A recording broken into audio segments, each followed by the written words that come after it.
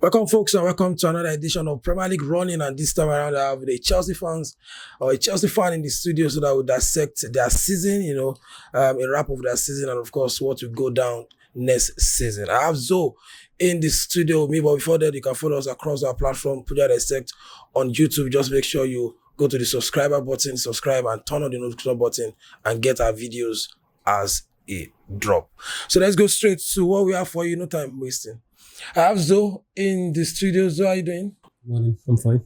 Just move closer to this. I know you people they informed now, so you should be informed.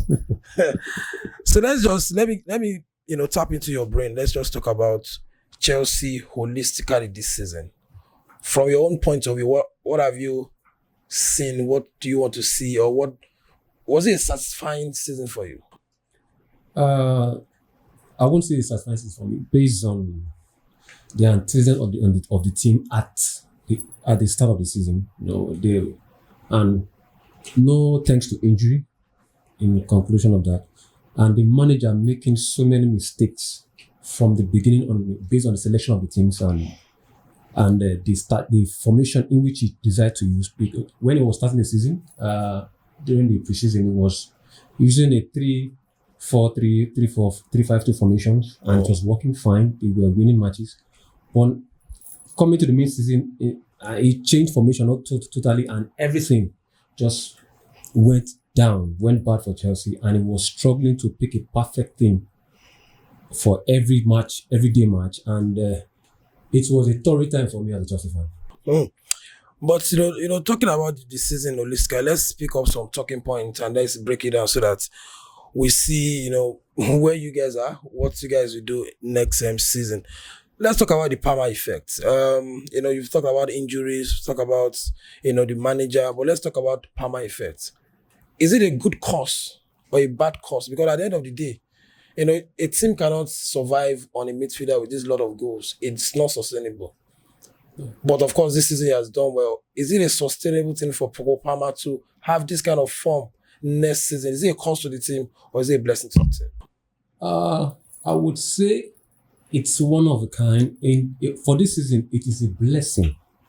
But next season, we can't see, as a midfielder, no midfielder is expected to churn in 25, 26 goals regularly when he's not a striker. Even some strikers struggle to churn in 20 goals this season, except from the likes of Mason Ronaldo.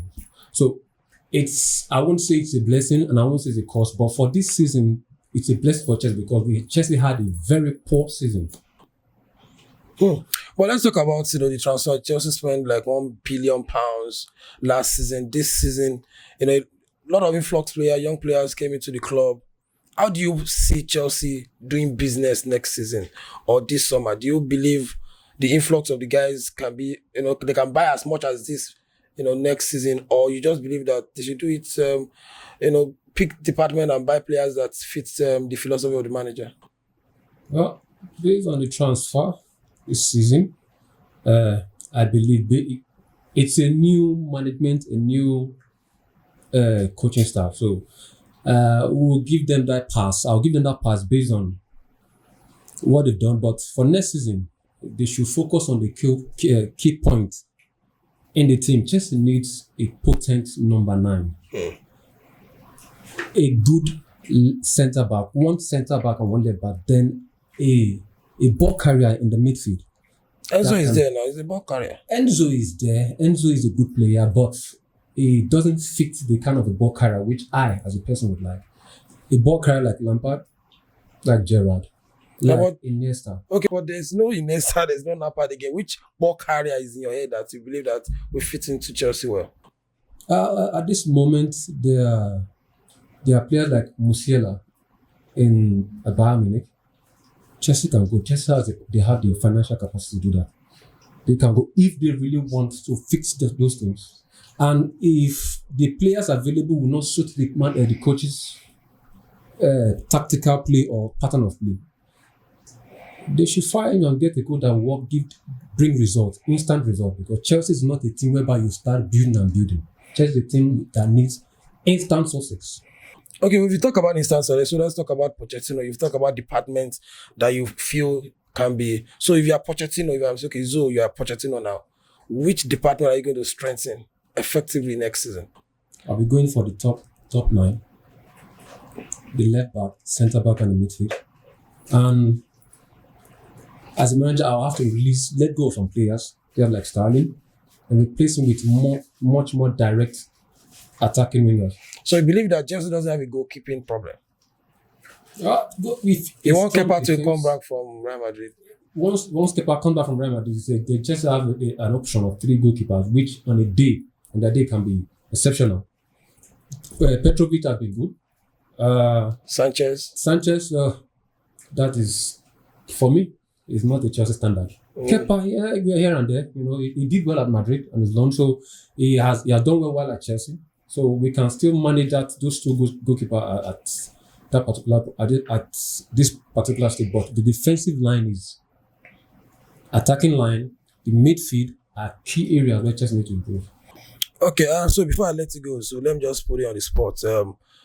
Chelsea, they may, clinch the Europa League this season, after in a very torrid, first half of the season.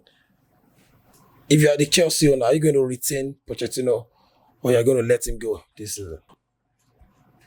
If I'm the Chelsea owner, I won't retain Pochettino. Why? If it took you as a manager over 25 to 30 games to understand what you need to do, the kind of team you need to put up, then you are not qualified for me as a manager. But if he's finishing the season on a high and you, like you said, he had understood the formation he wants, it can be a very good next season for Chelsea then. Should Chelsea be celebrating finishing 6th on the table? It's a no for me. A club like Chelsea, of Chelsea standard, should be aiming to win the league at every season, not finishing top 6, top 7. Chelsea, we are not Arsenal. So as you are Chelsea owner, you are firing, Pochettino on the spot. I'm firing on the spot. Once before the even season finishes, I'm submitting his resignation letter. His sack letter on the team. So let's just round off. So if you want to sack him, who you bring as the manager of Chelsea? I can. There is the former Bayern Munich coach, the one that won the Hansi Flick. There's Julian Nagelsmann. There are other managers out there, very fantastic managers, young mind. They are willing to take the bull by the horn. But Pochettino is too soft as a manager, for my own liking. He plays to the theatrics of the players. So I don't want to look bad to them. I don't want to look too harsh. And Chelsea need a manager with a firm hand like Jose, like Conte. You don't do what I want, you get out of the team, you get booted out of the team. Once you don't do, you start pampering, Chelsea, at this point, Chelsea need a tough love kind of manager. So as analyzed, it said Chelsea need a tough hand in terms of managerial, position. And of course, said it's going to sack Pochettino on the spot as the Chelsea owner. So Zoe, as the Chelsea owner, is going to sack Pochettino on the spot. Thank you so for coming to the studio. And of course, we've talked about Chelsea season with Zoe. Let's say we package the season for Zoe. So you can follow us across our platform, especially on YouTube. Just go to Puja Dissect, turn on your notification button, and make sure you subscribe, Abi. So till you come away again.